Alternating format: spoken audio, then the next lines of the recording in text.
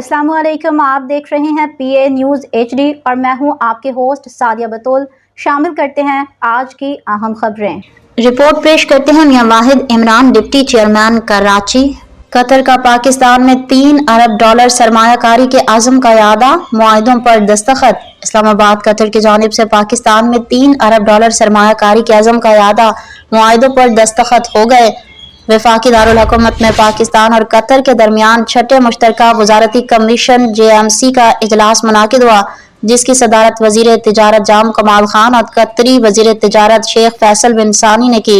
इजलास में दोनों ममालिक के दरमियान इक़्तिसादी और तकनीकी ताउन के फ़रोग़ के लिए कई अहम फैसले किए गए।